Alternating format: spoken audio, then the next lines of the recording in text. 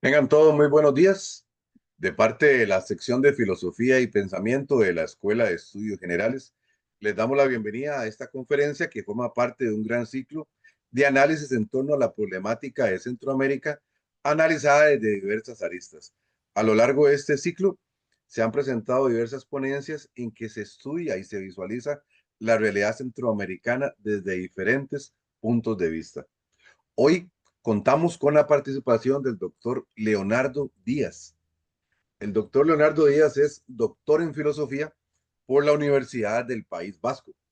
Sus principales líneas de investigación giran en torno a la epistemología social, la ética ciudadana y la filosofía política. Además, Leonardo es presidente de la Asociación Dominicana de Filosofía, miembro de número de la Academia de Ciencias de la República Dominicana por la Comisión de Filosofía y Epistemología, integrante de la reunión constitutiva de la Red Iberoamericana de Filosofía. Además, fue miembro de la Comisión de Alto Nivel para la Difusión de la Filosofía de la UNESCO. Entre sus publicaciones destacan artículos de filosofía, política y ética, las tensiones de Thomas Kuhn, una perspectiva crítica para los estudios culturales de la ciencia, la filosofía y los espacios de libertad, entre otras investigaciones. El doctor Leonardo nos va a compartir hoy la disertación Democracia y Participación Ciudadana en República Dominicana, los vínculos con Centroamérica. De antemano le agradecemos al doctor Leonardo por su participación. Sabemos que va a ser muy rica, muy fructífera para todo el escenario de análisis. Desde ya, Ricardo, muchas gracias y quedamos con vos. Bien, no, gracias a ustedes, Carrera, Álvaro, por haberme invitado a este ciclo de conferencias. Entonces, como ya tú has adelantado, el propósito de mi ponencia es dar una lectura sobre la democracia y la participación ciudadana desde la perspectiva de la República Dominicana, sin que esto tenga un carácter meramente local. Es decir, porque yo creo que aunque voy a contextualizar y voy a señalar unos indicadores muy propios de la sociedad dominicana, lo cierto es que los problemas que voy a abordar son muy afines, son comunes a el resto de los países de América Central y de América Latina en sentido general. Y de hecho, tienen que ver también con un fenómeno global, que es el problema de los retos, las amenazas que sufren las democracias actuales a partir de la irrupción de lo que se ha denominado la nueva derecha y también de la emergencia de la revolución digital y el papel de las redes sociales, ¿no? En la proliferación de los discursos de la nueva derecha. Entonces, sin más preámbulos, voy a comenzar un poco situando, informando a quienes nos ven sobre República Dominicana, ¿no? Que es el territorio desde el cual voy a pensar estos problemas. La República Dominicana, como muchos de ustedes saben, se sitúa en el Caribe, está ubicada en la zona central de las Antillas Mayores, ocupa la parte central y oriental de la isla conocida como la Española, donde comparte territorio con la República de Haití, ¿no? Es decir, los dos países comparten la misma isla. Limita al norte con el Océano Atlántico, al este con el Canal de la Mona, que lo separa de Puerto Rico, al sur con el Mar Caribe y al oeste con Haití. Eh, Tiene un territorio de 48.448 kilómetros cuadrados y una población que ronda los 11.4 millones de habitantes hacia septiembre del 2024, ¿no? Es el segundo país más extenso de los países insulares caribeños, después de Cuba, y el tercero más poblado después de Haití y Cuba. Forma parte del denominado Caribe hispanófono. Adquirió su independencia de Haití en 1844 y este fenómeno histórico pues, ha marcado lo que han sido las relaciones con Haití y algunos de los aspectos que voy a tratar más adelante, ¿no? Sobre la mirada que hay en República Dominicana con respecto a Haití. Eh, Luego esa independencia que aconteció en 1844 se perdió y se recuperó frente a España en 1865. Durante los últimos 100 años su desarrollo ha estado permeado, como ha ocurrido con otras democracias latinoamericanas, por la amenaza de los golpes militares, los proyectos caudillistas y las intervenciones militares. República Dominicana fue intervenida 2 veces durante el siglo XX. De modo paulatino, también ha ido estableciendo gobiernos democráticos, ¿no? Y disfruta en estos momentos de una estabilidad democrática, ya después de la dictadura de Trujillo, que aconteció de 1930 hasta el 61. Sufrió un gobierno autoritario durante toda la década de los 70, pero ya a partir de finales de los 70, desde el 78 hasta la fecha, ha disfrutado de elecciones con relativa regularidad y con transiciones del poder pacífico. No obstante, como en la mayoría de Centroamérica y de América Latina, el gobierno de las leyes carga con el peso de la tradición autoritaria, ¿no?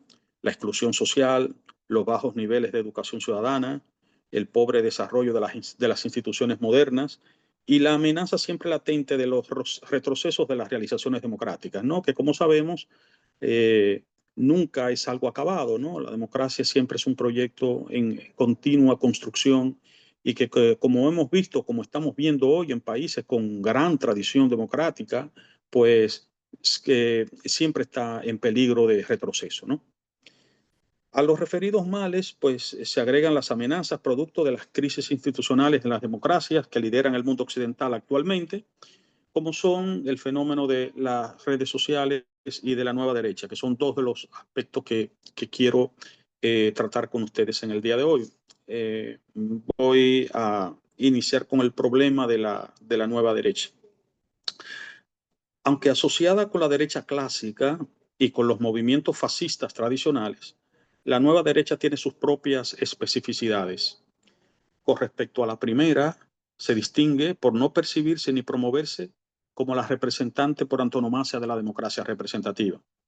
La derecha tradicional aspiraba a que en el conflicto de los imaginarios que se le viera como la garantía del orden, el progreso y la paz, en contraposición a la izquierda, a quien estigmatizaba como la negación por antonomasia de los referidos principios. En su compromiso con el sistema de la democracia representativa, la vieja derecha aceptaba participar del juego de las negociaciones, pudiendo ceder en aspectos no esenciales de su agenda política, a fin de desatascar una situación que paralizara el funcionamiento de las instituciones democráticas o que provocara una crisis de credibilidad. Este último aspecto es fundamental para la vieja derecha, la credibilidad. El manejo de las formas, el lenguaje políticamente correcto. La vieja derecha ha cuidado eso que podríamos llamar el parecer moral. No bastaba con defender los viejos valores morales, se debía encarnarlos aunque fuera solo una fachada. Por su parte, la nueva derecha no se percibe ni se promueve como representante del viejo orden democrático. Se promociona como antisistema, intenta articular las decepciones de la ciudadanía con los problemas estructurales del sistema y tomar distancia de sus protagonistas más visibles. De este modo, aprovecha su supuesta desvinculación con las estructuras y la cultura política de la que sus integrantes han formado parte para venderse como no responsable de los males que la ciudadanía identifica con el orden. Al mismo tiempo, la nueva derecha juega muy bien el juego del desenmascaramiento. Vende a la vieja derecha como simuladora, hipócrita y sofista. De ahí el juego de la vulgaridad y el discurso incorrecto para oponerlo al discurso sofisticado de las viejas clases políticas al que se acusa de falso. La nueva derecha es autoritaria. Siguiendo el proceso descrito por Steven Levitsky y Lucan Way, asumen el poder de manera democrática, confrontan la resistencia institucional que generan con la implementación de sus políticas y terminan arrodillando a los grupos corporativos tradicionales por intimidación, pacto o agotamiento. Una de sus armas más poderosas es el uso de las redes sociales, que emplean para transmitir los discursos de odio.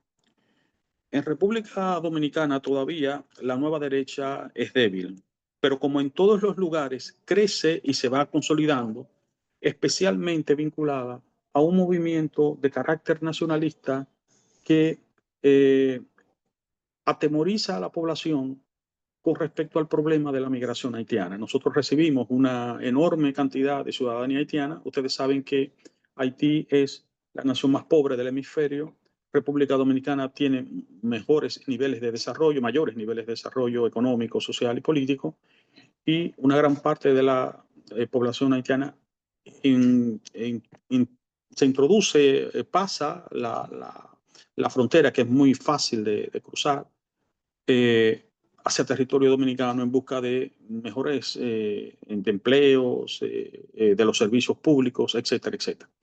Entonces, esto se presta para una situación de tensión donde estos movimientos fundamentalistas y de nueva derecha enarbolan el discurso de el peligro, de la pérdida de la identidad, de cómo esa migración se va a apoderar de nuestro territorio, nos quitan los trabajos o usan nuestros servicios sociales y amenazan lo que sería con la disolución de nuestro territorio, ¿no? Es un discurso que ustedes están familiarizados, aunque no compartan con nuestra situación de tener un territorio compartido con otra isla, porque ustedes saben que es un fenómeno global, ¿no? Que estamos experimentando hoy, un discurso anti-inmigrante por parte de los discursos de estos movimientos de la nueva derecha.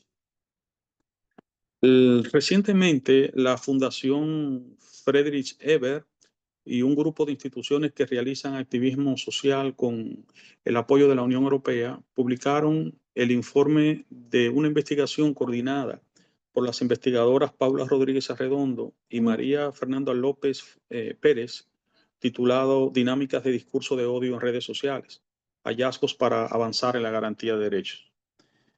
El estudio realizado entre los años 2021 y 2023 y tomando como insumo la circulación de la información de un promedio de 4.182 publicaciones mensuales en X, Instagram, Facebook, TikTok, Reddit y algunos blogs, eligiendo como palabras clave migración, género, diversidad y derechos humanos. Además de realizar entrevistas en profundidad, el estudio arrojó como resultado desinformaciones, incitaciones al odio, a la violencia o a la discriminación negativa contra las personas haitianas, 405.558, afrodescendientes, 75.365, mujeres haitianas embarazadas y puérperas, 33.978, integrantes del colectivo LGBTQ+, 31.579, personas dominicanas de ascendencia haitiana, 28.050. En este sentido, y como un fenómeno que no es exclusivo de la República Dominicana, sino que lo vemos ya a nivel internacional, en América Latina y en Europa y Estados Unidos, encontramos que las redes sociales se han convertido en un espacio de la nueva derecha que provoca una ruptura del espacio público. Como había señalado en una reseña sobre el último libro de Jürgen Habermas, Un nuevo cambio estructural de la esfera pública y la política deliberativa, de la editorial Trota, Habermas señala que se ha producido una personalización temática de la esfera pública configurada a partir de los comentarios y aprobaciones realizadas por los usuarios.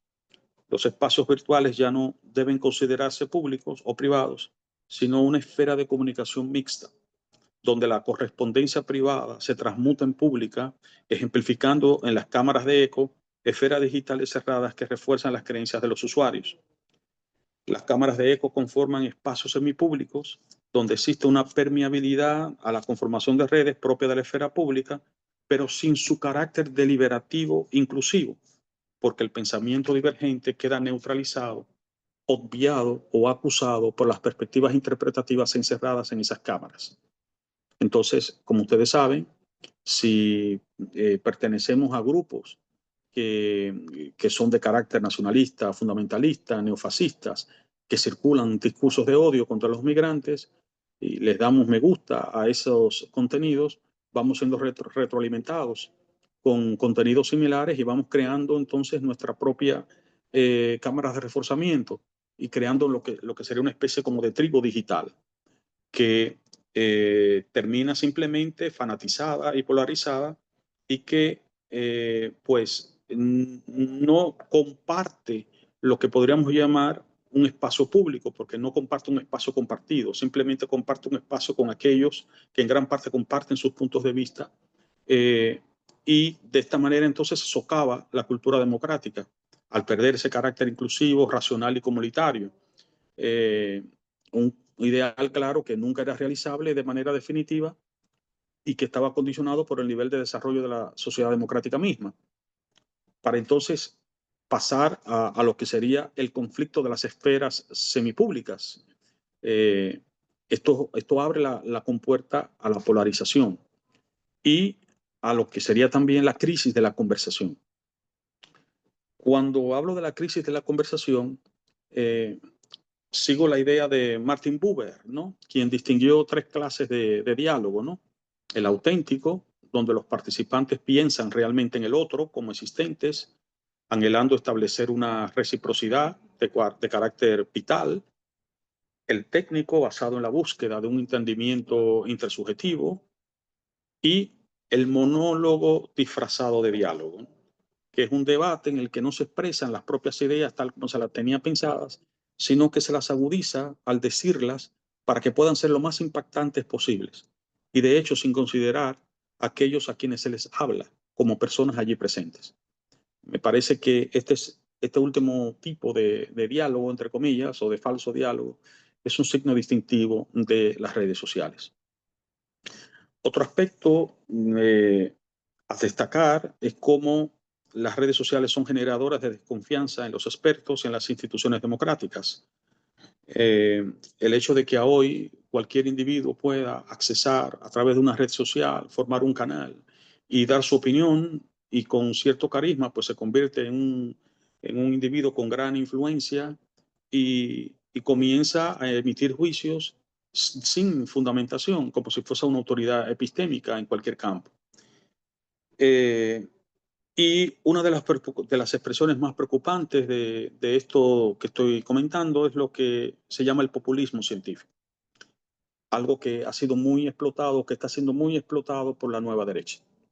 El populismo científico es una actitud de exaltación del sentido común con respecto al juicio de los expertos y de indiferencia intencional hacia las evidencias científicas, cuando las mismas objetan intereses corporativos o ideológicos. Es decir, por ejemplo, cuando la evidencia científica habla que hay un cambio, que hay cambio climático, pero, que estamos trastocando el ecosistema, cuando las evidencias científicas arrojan la relación que puede existir entre fumar y el cáncer, o etcétera, etcétera, ¿no?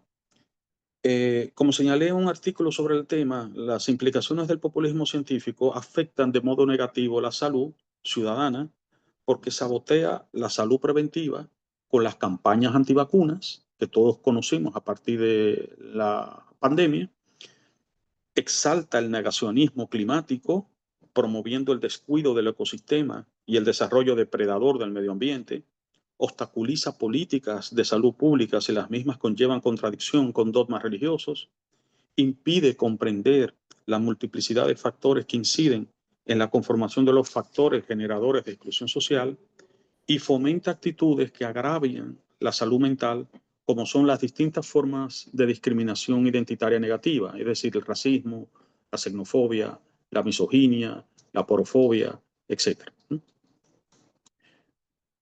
Bien, ahora voy a pasar a un aspecto que tiene que ver con la cuestión de la percepción democrática en la sociedad dominicana. Pero antes quiero hablar de unos indicadores objetivos, ¿no? Sobre la cuestión de la democracia, ¿no? Sobre retos de la democracia en la sociedad dominicana y que quienes me ven, me escuchan, que pertenecen a otros países, pues pueden comparar con sus respectivas naciones.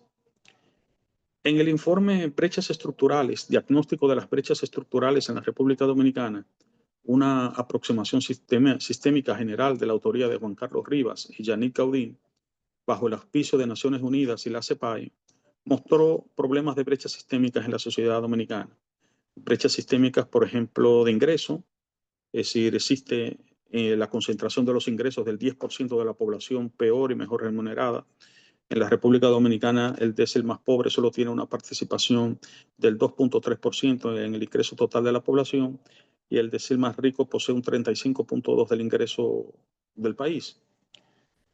El informe señala que los niveles de desigualdad de ingreso entre áreas urbanas y rurales en la República Dominicana siguen elevados, con un mayor rezago estructural en áreas rurales que en áreas urbanas. Existen brechas de ingreso muy importantes en detrimento en las áreas rurales en detrimento de las rurales, ¿no? Sin embargo, esta brecha disminuyó ligeramente entre 2010 y 2019, pasando de una diferencia de ingresos por habitante entre áreas de $4.500 en 2010 a $3.519 en el 2019. En el 2010, el ingreso promedio real per cápita en áreas urbanas era de $10.790 y $6.278 en áreas rurales. En 2019 era de $13.003 en áreas urbanas y $9.084 en áreas rurales. Sin embargo, el rezago de las áreas rurales con el promedio nacional en materia de ingresos per cápita se mantuvo estable en términos absolutos. Otra brecha importante es la de género, también una brecha muy conocida por ustedes. De manera estructural, tanto en áreas rurales como urbanas, existe en todo el periodo de estudio una mayor proporción de mujeres que de hombres que no cuentan con ingresos propios y que cuentan con una menor tasa de participación económica. Existe una clara tendencia hacia la disminución en la proporción de mujeres rurales que no cuentan con ingresos propios. En el caso de las mujeres urbanas, la proporción de personas sin ingreso propio disminuyó de manera significativa. Esta tendencia es similar para los hombres en ambas áreas, aunque en menor magnitud que en el caso de las mujeres. En materia de participación económica, la brecha de género es más amplia en las áreas rurales que en las urbanas, aunque esta brecha tiende a reducirse en ambas áreas. Esto evidencia una importante brecha de género, tanto en áreas urbanas como rurales. Se puede destacar que esta brecha se está reduciendo de manera muy lenta para el caso de las mujeres, tanto urbanas como rurales.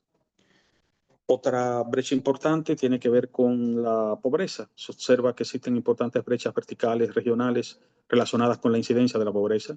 Se registra una tendencia a la disminución de la incidencia de la pobreza en todas las regiones del país. Sin embargo, existe una gran disparidad entre esas regiones. El sur con respecto al Cibao, es decir, el norte del país y el este, ¿no?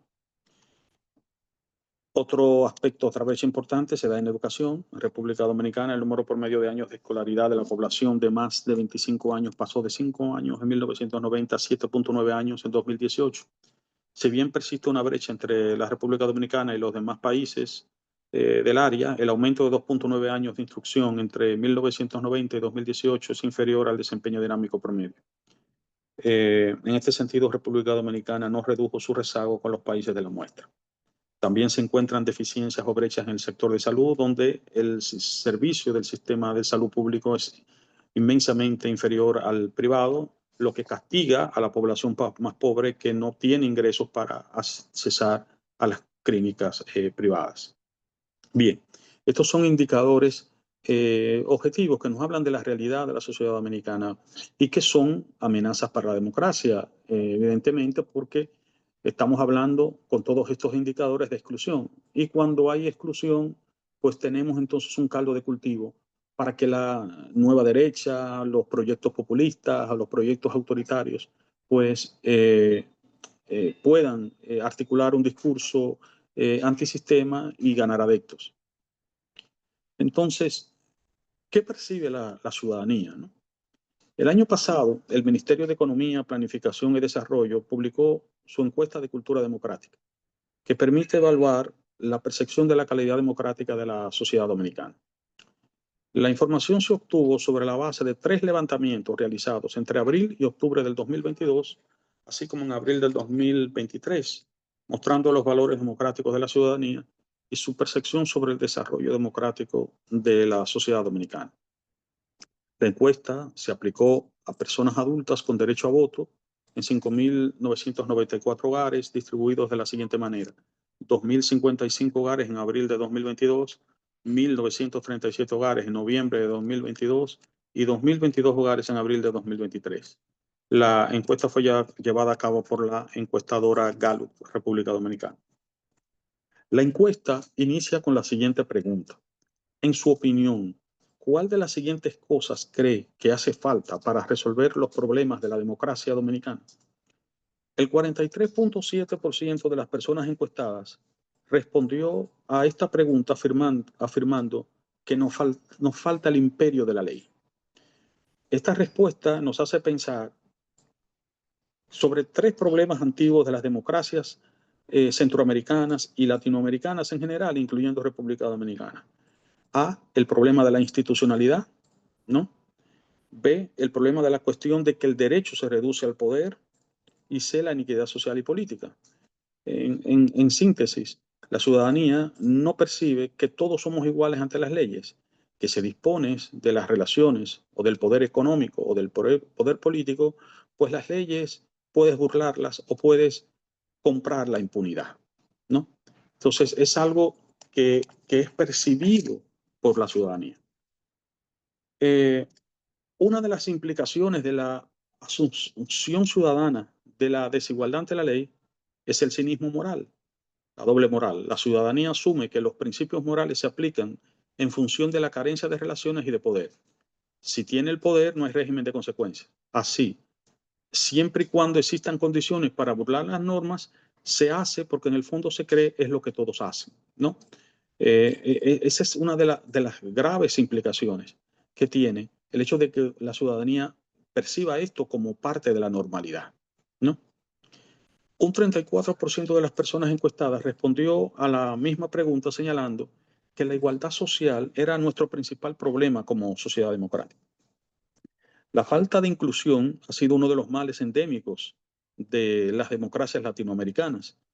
República Dominicana es un caso singular porque en las últimas 4 décadas ha registrado el mayor crecimiento del Producto Interno Bruto per cápita de América Latina, según el Consejo Nacional de Competitividad. Desde 1990, año en que el PNUD comenzó a medir el Índice de Desarrollo Humano, hasta 2023, la República Dominicana ha aumentado su índice de desarrollo humano en un 32%. Y este desempeño lo coloca en la categoría de desarrollo humano alto, ¿no? Ocupando el puesto número 89 de 193 países. No obstante, sigue siendo un país con desigualdades significativas. El 1% de la población de mayores ingresos percibe el 30.5% del ingreso bruto nacional, una proporción por encima del promedio de otros países de la región. La ciudadanía identifica desigualdades en el acceso a la educación y a la salud de calidad, problemas que afectan la calidad de vida de la ciudadanía. Esto es perfectamente compatible con los indicadores que yo les comentaba, los indicadores objetivos. Esto es un caldo de cultivo para la decepción. La encuesta de cultura democrática evalúa, dentro de la dimensión actitud hacia la democracia, un indicador de sostenibilidad democrática fundamental, el apoyo difuso o la predilección de la ciudadanía por la democracia frente a otros sistemas políticos. La preferencia por el sistema democrático puede ser fuerte si se opta por ella bajo cualquier circunstancia. Es decir, si el ciudadano responde yo prefiero la democracia a cualquier otro sistema, no importa la situación. Débil si se está abierto a formas no democráticas de gobierno bajo determinadas situaciones, ¿no? Que es cuando la gente dice, bueno, yo prefiero un gobierno autoritario si me resuelve los problemas o si me resuelve el problema de la delincuencia, etcétera. O apática si se es indiferente hacia cualquier forma de gobierno. Los resultados de la encuesta arrojaron que el 57.1% de los encuestados se sitúa en una actitud democrática fuerte, 57.1%. Un 14.1% se coloca en un apoyo débil a la democracia, mientras que un 18.6% se sitúa como indiferente. Si bien es un buen indicador que aproximadamente 6 de cada 10 entrevistados manifiesten un fuerte apoyo al modelo democrático, no debe subestimarse la sumatoria de indiferentes a los que muestran un apoyo débil. Representan más de un 30% de individuos que no muestran un compromiso sólido con las formas de vida democráticas y que pueden proporcionar su apoyo a proyectos o caudillos autoritarios si les resultan simpáticos o si les son más acordes a sus intereses del momento. Este segmento se puede solidificar, se puede incrementar dependiendo de la emergencia de crisis sociales, ¿no? Los datos de la encuesta muestran que los jóvenes constituyen el segmento más predispuesto al apoyo democrático débil con respecto a los encuestados más viejos. Esto es preocupante, ¿no? En el caso específico de la República Dominicana, nuestros jóvenes no tienen las experiencias traumáticas de los gobiernos autoritarios porque ya tenemos unos 40 años de democracia. Entonces, claro, no vivieron las dictaduras y entonces, pues, no conocen en toda su crudeza lo que constituye vivir en un gobierno autoritario o en un gobierno totalitario. Así que es comprensible que sean tal vez un poco los que muestran cierta apatía, tienen expectativas de las instituciones democráticas que estas no resuelven, salario justo, vivienda, un porvenir, y pues no tienen con qué comparar con el pasado. Entonces pueden ser fácilmente presa de cualquier líder autoritario que intente seducirlos. Al mismo tiempo, la encuesta muestra una relación entre el apoyo a la democracia y los estudios universitarios. Este segmento poblacional suele ser el más comprometido con los valores democráticos. La educación universitaria, si expone a cuestionar creencias y prácticas humanas, pues destaca como un factor importante para asimilar la cultura democrática. El año pasado, el Centro de Estudios Internacionales de la Pontificia Universidad Católica de Chile publicó la cuarta edición del Índice de Riesgo Político en América Latina 2024, donde se establecían 10 riesgos para la región en el reciente año, en este caso 2024, pero creo que siguen siendo válidas todavía, ¿no? En nuestro año. Y esos 10 riesgos son inseguridad, primero, inseguridad, crimen organizado, narcotráfico. 2, aumento de corrupción y de impunidad. 3, desafección democrática. 5, aumento de los flujos migratorios. 6, radicalización de las protestas sociales. 7, la inestabilidad internacional. 8, el deterioro del clima de negocios. 9, el impacto de la tecnología. Y 10, la vulnerabilidad frente al cambio climático. Para la realidad específica de la República Dominicana, yo quiero subrayar como puntos de estos que he mencionado, como de los grandes retos, desafíos para la democracia, el aumento de la corrupción, inclusive más que la corrupción, lo que se denomina la hipercorrupción, que es el hecho de que la corrupción se vuelve estructural y llega a ser parte de la dinámica del Estado, hasta tal punto que prácticamente se vuelve parte de su funcionamiento. El otro riesgo es la desafección democrática, por lo que señalamos últimamente, ¿no? con el índice de percepción ciudadana. El otro aspecto latente es el aumento de los flujos migratorios. Según el Instituto Nacional de Migración, en 2024 había 553.254 inmigrantes haitianos. En este periodo de tiempo se deportaron entre 900.000 y 1 millón de deportaciones. No solo se trata de personas haitianas, sino personas dominicanas de ascendencia haitiana. Es decir, una política sistemática del gobierno dominicano de incurrir en deportaciones masivas que en muchos casos implican violaciones de los derechos humanos. Esto es un gran desafío para nuestra democracia. El otro aspecto, la inestabilidad internacional. Evidentemente, nosotros somos un país fundamentalmente turístico, que gran parte de sus ingresos los recibe del sector turismo y también de las remesas que mandan los dominicanos que viven en otros lugares y que mandan dinero a sus familias aquí. Cualquier situación problemática a nivel internacional pues afecta entonces el flujo del turista y el flujo también de las remesas hacia nuestro país. Al mostrar los datos que indican un retroceso democrático en el hemisferio, el documento señala que entre la ciudadanía latinoamericana se incrementa la apatía hacia la democracia por la falta de resultados. Yo creo que este es una conclusión muy válida también no solo para la sociedad dominicana, sino para las sociedades centroamericanas y latinoamericanas en sentido general. Para ir concluyendo, señalo que aunque la República Dominicana disfruta en estos momentos de una estabilidad macroeconómica y política, con unos partidos relativamente fuertes que se suceden cada 4 años en torneos electorales no traumáticos y transiciones pacíficas del poder, no debemos minimizar los indicadores de brechas estructurales y los índices de percepción democrática que les he compartido como problemas latentes que pueden incrementarse. La insatisfacción por la incapacidad de las instituciones democráticas para resolver los problemas promueve el surgimiento de liderazgos que en nombre de la eficacia y del orden instauran gobiernos autoritarios, populistas o iliberales. No es casualidad que la ciudadanía rechace un modelo político que asocia con la exclusión, la inseguridad social, la corrupción y la insensibilidad ante la ciudadanía. Muchas gracias por su atención.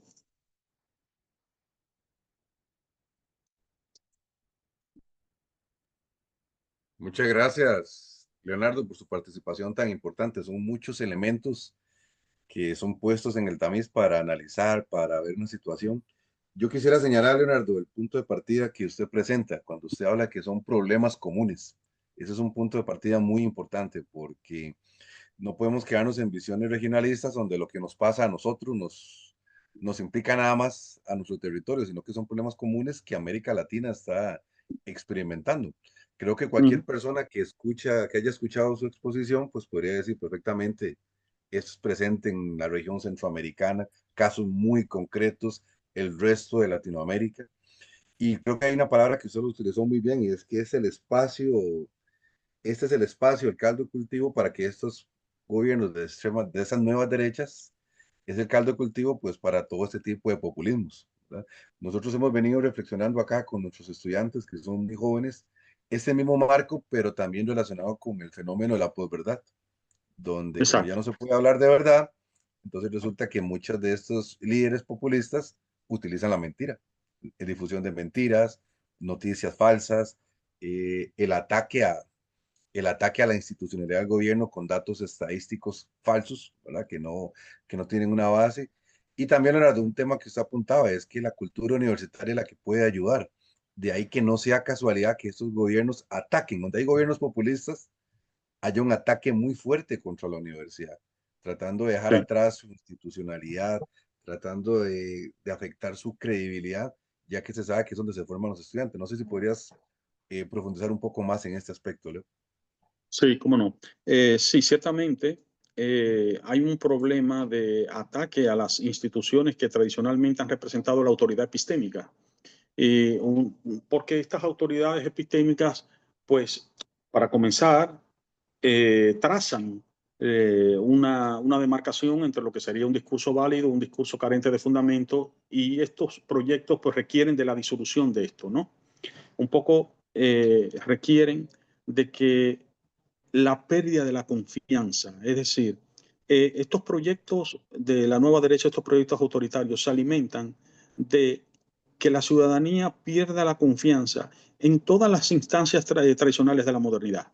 La universidad, la ciencia, las instituciones democráticas, para entonces ellas ocupar ese espacio, ¿no? Es decir, un poco, no les crean a ellos les han mentido, ellos les han fallado, y por eso es muy importante resaltar que a diferencia de lo que ocurría con la vieja derecha, que se hacía como la expresión por antonomasia del sistema, el discurso de la nueva derecha es, no, nosotros no somos parte del sistema, por lo tanto, nosotros no somos cómplices de todo lo que ustedes han sufrido, ¿no?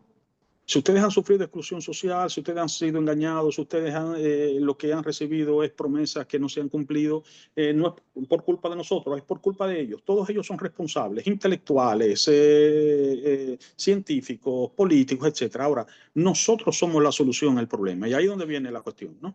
Entonces, ocupan ese espacio de credibilidad y entonces, claro, este es uno de los graves problemas que se presenta. Y entonces explotan un aspecto muy importante y es la cuestión de la emocionalidad, ¿no? Ya que tú hablabas de la cuestión de la posverdad, es un aspecto importante. Y esto es algo que yo cada vez que tengo la oportunidad lo resalto.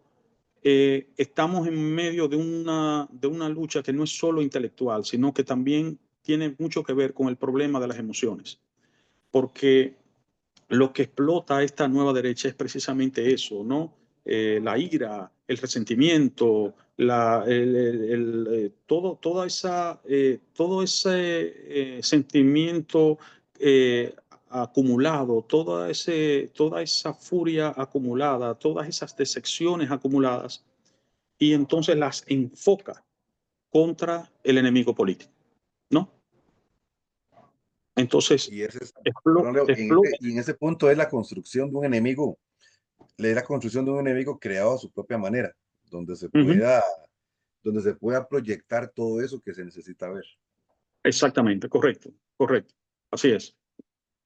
Leonardo, otra consulta en esa misma línea. Me queda muy claro su planteamiento en torno a esa nueva derecha, su vinculación con el populismo, pero cuando conversamos nosotros con nuestros estudiantes, que son muy jóvenes, 18, 19 años, sobre esas temáticas, bueno, se apunta un poco a visualizar eso, pero llama la atención que nuestros estudiantes, esa falta de credibilidad, tanto en la vieja derecha, la nueva derecha tiene algunos elementos más para ir sumando puntos, pero hay una desacreditación también de la izquierda. No sé ustedes, desde Sí, su punto de vista, las nuevas izquierdas han respondido, se han quedado rezagadas, pensando no solamente en República Dominicana, sino América Latina en sí, general. sí, sí. Bueno, en mi país prácticamente nula. La izquierda ha quedado totalmente y a nivel internacional ha quedado rezagada profundamente. En muchos casos ha quedado arropada en las luchas identitarias, ¿no? En muchos casos, esas luchas identitarias que fragmentan lo que es la mirada global que tenemos que tener para enfocar problemas. Entonces, por ejemplo, si tú tienes a las feministas solamente preocupadas por las cuestiones de género, si tienes a los que luchan contra el racismo solamente preocupados por las cuestiones racistas, a los que son pro aborto solamente preocupados por la agenda del aborto, entonces cada quien forma su propio clan y solo se interesa en su propia agenda. Y se pierde muchas veces la perspectiva, la interconexión que se dan entre todos estos problemas. Eso para mí es una cuestión. Y el otro aspecto que quiero destacar está íntimamente relacionado con lo que dije ahorita de la emocionalidad digital. Me parece que todavía la izquierda quiere seguir llevando la batalla en el plano doctrinal, cuando, como dije, la fuerza de esta nueva derecha está en la empatía que hace a nivel emocional. Entonces, la izquierda requiere de unas nuevas estrategias emocionales para poder sintonizar a un nivel que no solamente sea meramente intelectual con estas nuevas juventudes, ¿no? Sino su discurso se quedará solamente en las buenas intenciones, en datos, estadísticas, en argumentos, pero como hemos dicho, en el mundo de la posverdad, pues muchas veces se es indiferente ante las evidencias, ¿no? Entonces, ese es otro aspecto que hay que también tener pensado, contemplado, ¿no? De qué estrategias debemos pensar o concebir para poder entonces sintonizar emocionalmente con las juventudes de nuestro tiempo, ¿no? Que se manejan mucho en ese plan. Un punto. De parte de la Escuela de Estudios Generales de la Universidad de Costa Rica, de este proyecto de investigación relacionado directamente con el Congreso de Humanismo en su área del ciclo de conferencias sobre democracia en América Latina, crisis, perspectivas. De parte de los organizadores, el doctor Álvaro Carvajal y los compañeros de la sección de Filosofía y Pensamiento, le agradecemos al doctor Leonardo Díaz por su presentación, una disertación que nos lleva a pensar esos espacios comunes, esos riesgos de esas nuevas derechas con sus vertientes en populismo, situaciones muy, muy cercanas a nuestra realidad centroamericana y en América Latina. Leonardo, queremos agradecerle su participación, sin duda alguna ha sido muy importante y esperamos compartirla también con nuestros estudiantes, con la comunidad universitaria. Esperemos también que la publicación también de las presentaciones nos ayude a crear insumos de reflexión. No sé, alguna palabra final, Leonardo. No, solo me queda darte las gracias a ti también, a todos ustedes, y a exhortarlos a que sigan creando o manteniendo estos espacios de conversación democrática, de pensamiento colectivo. Tú señalaste ahorita que muchas veces tenemos una visión muy localista de nuestras regiones. Yo creo que estos espacios nos ayudan a mirarnos, a ver qué problemas tenemos en común y en la medida en que vamos conversando con personas que tienen intereses como los nuestros, que están preocupados por el problema de la construcción de un proyecto de ciudadanía democrática en América Latina, pensando nuestros problemas y los problemas de los demás, pues podemos un poco irnos esclareciendo mutuamente, ¿no? Y tal vez comenzar a diseñar estrategias de conjuntas, ¿no?